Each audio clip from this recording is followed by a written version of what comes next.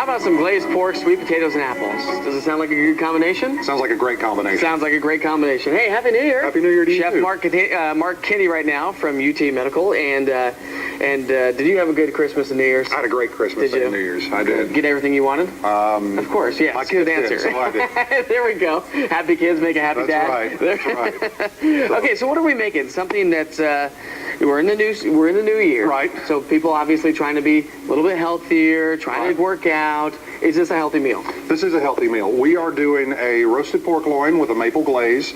And we're also doing some roasted sweet potatoes and apples. So it's pretty simple. Most of this goes in the oven, and we have a couple of things to do. So here I have my pork tenderloin, which I get unseasoned because the ones that have the seasoning on them are really high in sodium, things like that. They taste good, but the sodium content is much higher. So I get an unseasoned one, and then I have a simple marinade here, which is canola oil, maple syrup, apple cider vinegar, salt, pepper, and a little fresh thyme.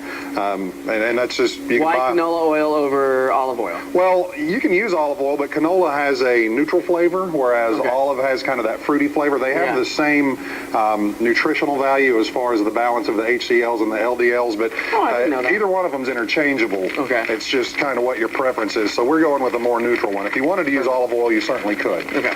So this goes in the bag, and you want this to marinate. And I like marinating in bags instead of pans because you don't have to flip it and mess around with it. You can just squeeze all the air out of the bag. Every now and then maybe move it around a little bit. Set it in the freezer. We want that to marinate for 4 hours at least, maybe overnight, just so you can get those flavors going. Set it in the freezer or fridge? Refrigerator. Okay. Sorry, misspoke. That's okay. Okay. I want to make sure everyone at home understands. Okay, well, so now you like frozen pork. There we go, you know. Okay, so moving on. We have our side dish. We have sweet potatoes, which are high in dietary fiber and better for you than regular potatoes are good for you as well until you put butter and sour cream and all the bacon. You can't have a potato without all that on it, so there we go. So we have diced sweet potatoes and we have diced Fuji apples. All right, so these go in the pan. We're going to season them up with just a little bit of fresh thyme, and you can use different herbs if you want to. Some sea salt, black pepper, and then we have a little bit more oil just to give it a nice light coat. This all gets tossed together. And so these go in the oven separately. The pork will go on a pan, the apples and the sweet potatoes will go on a pan, and we'll roast them in the oven. And then when the pork comes out...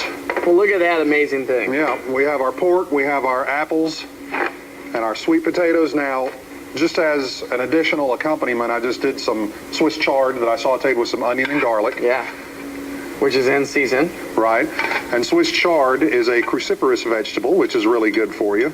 So it's something nice to have. High in vitamin K. And, you know, chard has really got a neutral flavor. It's going to pick up whatever you cook it with, so you want to make sure you season it up really well.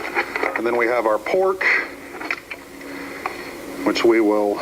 So do you slice any specific way into the temperature of a pork? Pork you want to get up to, it used to be 165, but trichinosis really isn't around anymore because everything's grain fed. So you can do about, I tend to do my pork about 150, 155 and then let it rest. Okay, which will bring that temperature up anyways, right? Right, it's always, to cook a little it's going to carry over probably 5 to 10 degrees depending on where it's at and how thick it is.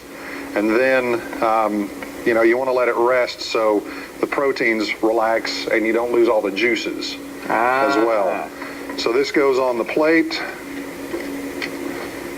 Not quite like that, but close enough, I suppose. And then... Look at that. We have a little bit... So you're going to drizzle that back over the top of it. Yeah, this is your marinade. This is some of the marinade that I reserved separately that can just go back over the top. Why not? To be a sauce for the pork, and we have a little extra fresh herb here if we want to... That looks fantastic. Garnish, things like that. So you get your good proteins, you get your good fibers, you get your good vitamins and minerals. Right. I mean, that's a well-balanced meal right there. It's good stuff. Tastes good, looks pork good. Relatively, you can get a pork tenderloin for relatively inexpensive, right? Yeah, a 2-pack of these, which would feed probably about 8 people at Food City, is about $12 to $14 depending on the weight. So that's it's not too bad at all. All right, cookbook? A Recipe for Life available at utmedicalcenter.org online as an e-reader, or you can come into the gift shop and buy it in paperback. We do corporate wellness. We do classes at the medical center. You can go to the website, once again, utmedicalcenter.org, type in Healthy Living Kitchen and check us out. Perfect. And last but not least, New Year's resolution? To be as skinny as you.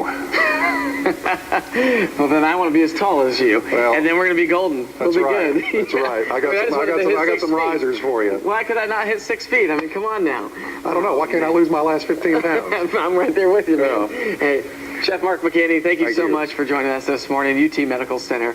All right, coming up after the break, we got a lot more coming up, actually.